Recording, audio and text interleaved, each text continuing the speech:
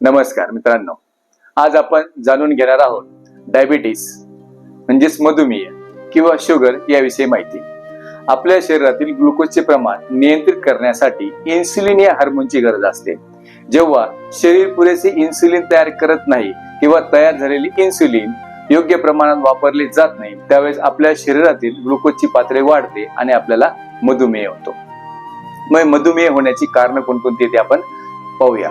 पहिलं कारण आहे वाढलेले वजन किंवा पोटावरची चरबी किंवा आपली आळशी जीवनशैली, चुकीचा आहार, गोड पदार्थांचे आपल्या आहारात जास्त सेवन करणे किंवा मैदा किंवा मैद्यापासून तयार झालेले पदार्थ यांचा वारंवार आपल्या आहारामध्ये समावेश करणे, अनुवंशिकता जसं आई, वडील किंवा आपले जवळचे नातेवाईक यांना जर डायबिटीस झाला असेल तर आपल्याला डायबिटीस होण्याची शक्यता असते. वाढते वय 40 किंवा 45 नंतर आपल्याला डायबिटीस होण्याची शक्यता असते. महिलांमध्ये गर्भावस्थेमध्ये जर मधुमेह झाला असेल तर पुढे त्यांना गर्भावस्थेनंतर टाईप 2 चा डायबिटीस होण्याची शक्यता असते. पुढील आहे मानसिक ताणतणाव. मानसिक ताणतणाव हा सुद्धा एक मोठा फॅक्टर असू शकतो आपल्याला डायबिटीस होण्याचा. तर मित्रांनो, डायबिटीस झाला हे आपण कशावर ओळखायचे, तर डायबिटीसचे प्रमुख लक्षण आपण जाणून घेऊया. पहिलं लक्षण आहे वारंवार लघवी होणे.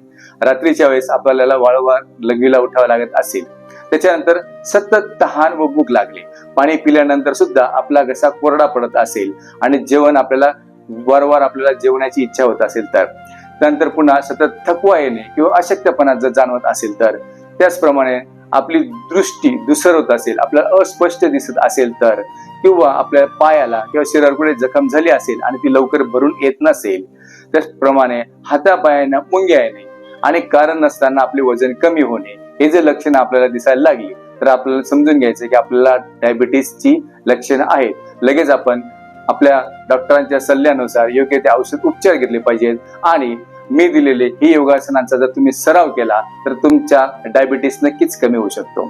चला तर मित्रांनो, आता आपण एकदम सोप्या आणि सरळ अशा योगासनांना सुरुवात करूया.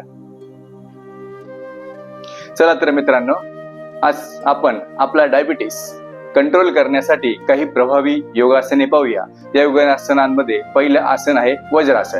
आता वज्रासन करण्यासाठी तुम्हाला योग्य दिसावं म्हणून मी असं पद मिळतं. आपला दोन्ही पाय गुडघ्यात वाकून अशा पद्धतीने गुडघ्याला गुडघे आणि आपला अंगठ्याला अंगठा करायचा आहे आणि त्या तुम्ही बसा. जेवण केल्यानंतर करण्याचं सगळ्यात सोपं आसन. आपले पचन शक्ती वाढवण्यासाठी या आसनाचा आपण सराव करतो. 1 ते 2 मिनिटं जेवण केल्यानंतर या आसनाचा सराव करा. त्यानंतर या आसनातील मालिकेतील दुसरं आसन आपण पाहूया, मंडूकासन. आता वज्रासनातच बसायचं आहे. त्यानंतर मंडूकासनासाठी आपला अंगठ्यामध्ये घेऊन आपले चारही बोटं अंगठ्यावर अशा पद्धतीने फिरवा आणि आपले हात आपल्या नाभीच्या दोन्ही बाजूला, नाभी सेंटरला अशा पद्धतीने ठेवा. एक दीर्घ श्वास घ्या. मंडूकासन पहिला प्रकार आणि श्वास सोडत हळूहळू खाली वाका. कोपर अशी खाली आणू नका. कोपर जेवढे आपल्या वरती आणता येईल तेवढे वरती आणण्याचा प्रयत्न करा, म्हणजे मुठींचा प्रेशर पोटावर पडेल. श्वसन सामान्य ठेवा. 20 ते 30 सेकंद या आसनात थांबा आणि पुन्हा श्वास घेत वरती या. प्रत्येक आसनाचा तुम्हाला 3 ते 5 वेळा सराव करायचा आहे. त्यानंतर मंडूकासन प्रकार 2. आपला डावा हात पुन्हा आपल्या नाभीवर ठेवा. डाव्या हातावर आपला उजवा हात ठेवा. एक दीर्घ श्वास घ्या आणि श्वास सोडत हळू पुन्हा त्या स्थितीत खाली वाका. हातांचा पूर्ण प्रेशर आपल्या पोटावर पडला पाहिजे. पुन्हा तेच कोपर अशा पद्धतीने वरती न्या, म्हणजे प्रेशर जास्त पडतो. श्वसन सामान्य. पुन्हा श्वास घेत हळूहळू पूर्वस्थितीत. मित्रांनो, यातील पुढचं आसन आहे वक्रासन. आता वक्रासनासाठी सुरुवातीला दंडासनात बसा अशा पद्धतीने. त्याच्यानंतर आपला उजवा पाय आपल्या गुडघ्यात वाकून डाव्या पायाच्या गुडघ्याजवळ ठेवा. आपला उजवा हात पाठीमागे अशा पद्धतीने सरळ, कंबर सरळ ताठ ठेवायचे आणि आपला डावा हात अशा पद्धतीने आपल्या उजव्या पायाच्या तळव्याजवळ आणि आपली मान फिरून आपल्या उजवीकडे पहा. पुन्हा श्वसन सामान्य. 20 ते 30 सेकंद या आसनात थांबा. स्थितीत थांबा. पुन्हा श्वास घेत आपला डावा हात पाठीमागे न्या, उजवा हात सरळ करा. ही स्थिती आपल्याला विरुद्ध दिशेने करायची. पण आपला डावा पाय गुडघ्यात वाकवा, उजव्या पायाच्या गुडघ्याजवळ डावा पायाचा तळवा येईल.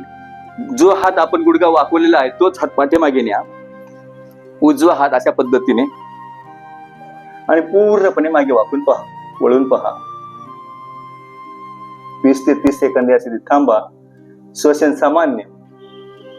पुन्हा श्वास घेत हात पाठीमागे आणा आणि आपला पाय सरळ करा. मित्रांनो, पुढील आसन आहे आपलं नौकासन, आपलं पवनमुक्त आसन. पवनमुक्त आसनासाठी पुन्हा आपल्या पाठीवर झोपा. पहिले एक पाय पवनमुक्त आसन करू एका पायाने. उजवा पाय आपल्या गुडघ्यात वाकून आपल्या पोटाकडे दाबण्याचा प्रयत्न करा. ज्याला सर्वायकल नसेल त्यांनी आपली मान गुडघ्याला वाकून आपलं नाक गुडघ्याला लावण्याचा प्रयत्न करा. डावा पाय सरळ असेल. पुन्हा हीच क्रिया डाव्या पायाने करा. उजवा पाय सरळ असेल. जेवढा आपल्याला आपला मांडी आपल्या पोटाजवळ दाबता येईल तेवढी दाबण्याचा प्रयत्न करा. एकेका पायाने 2, 3 ते 5 वेळा आसन करायचंय. पुन्हा दोन्ही पाय एकत्र वाकून अशा पद्धतीने पवनमुक्त आसन याचा आपल्याला सराव करायचा आहे. पुढील आसन आहे मित्रांनो नौकासन. आता नौकासनामध्ये आपला पूर्ण शरीराचा बॅलन्स आपल्याला हिप्स वर घ्यायचा आहे. श्वास या आसनामध्ये श्वास आत घेत अशा पद्धतीने आपले पाय आणि पाठ वर उचलायचे आहे. आपलं बघा पूर्ण फक्त आपले हिप्स जमिनीवर आहेत आणि श्वास सोडत हळू पुन्हा जमिनीवर आणा. 20 ते 30 सेकंद या स्थितीत थांबा. 3 ते 5 वेळा या आसनाचा तुम्हाला सराव करायचा आहे. पुढील प्रभावी आसन आहे भुजंगासन. भुजंगासनासाठी पुन्हा पोटावर झोपा. दोन्ही आपले तळवे आपल्या खांद्याजवळ, कोपर आपल्या शरीराला लागलेले असतील. दोन्ही पाय सरळ एकदम सरळ रेषेत आणि श्वास घेत आपल्या नाभीपर्यंत आपलं शरीर वरती उचला. श्वसन सामान्य. 20 ते 30 सेकंद थांबा आणि श्वास सोडत हळू आपला माथा जमेल टेका. या आसनाचाही सराव तुम्हाला 3 ते 5 वेळा करायचा आहे. त्यानंतर पुढील आसन आहे धनुरासन. आपल्या अशा पद्धतीने गुडघे वाकवून आपल्या दोन्ही घोट्यांना आपल्या दोन्ही हातांनी पकडायचं आहे आणि धनुरासारखं आपल्या शरीराची स्थिती करा. श्वास घेत आणि श्वास सोडत हळूहळू खाली या. मित्रांनो, पुढील आसन सेतुबंधन आसन. सेतुबंध आसन. पुन्हा पाठीवर झोपा. आपले गुडघे अशा पद्धतीने वाकवून आपल्या दोन्ही हातांनी आपले पायाचे घोटे पकडा आणि फक्त कंबर वरच्या दिशेला वरती उचला आणि श्वास सोडत आपलं पोट आतमध्ये घ्या.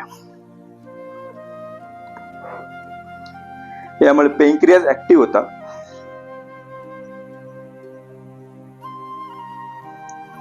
पुन्हा श्वास सोडत कंबर जमिनीला टेका, पाय सरळ करा आणि उजव्या कुशीने आपल्या पूर्वस्थितीत या. मित्रांनो, प्रत्येक आसनाचा तुम्हाला 3 ते 5 वेळा दररोज सराव करायचा आहे. सकाळी आणि सायंकाळी जेवणाआधी सराव केला तर याचा निश्चितच तुमच्या डायबिटीस मध्ये फरक पडेल. नियमितपणे सराव करा आणि डायबिटीसला दूर करा. जर तुम्हाला गुडघेदुखीचा त्रास असेल तर मंडूका आसन या आसनाचा सराव तुम्ही खुर्चीवर बसूनही करू शकता. त्याच्यानंतर जर आसन करताना तुम्हाला त्रास होत असेल तर सकाळी आणि सायंकाळी रोज तुम्ही अर्धा तास जर फिरले तरी सुद्धा तुमच्या शरीरातील डायबिटीसचा नियंत्रण व्हायला सुरुवात होत असते. मित्रांनो, तुम्हाला आमचा हा व्हिडिओ आवडला असेल तर व्हिडिओला नक्कीच लाईक करा. तुमच्या डायबिटीस झालेल्या मित्र मैत्रिणी नातेवाईकांना आमचा व्हिडिओ शेअर करा आणि किरण पाटील योगा चॅनल सबस्क्राईब करा. योग करा आणि निरोगी राहा. धन्यवाद.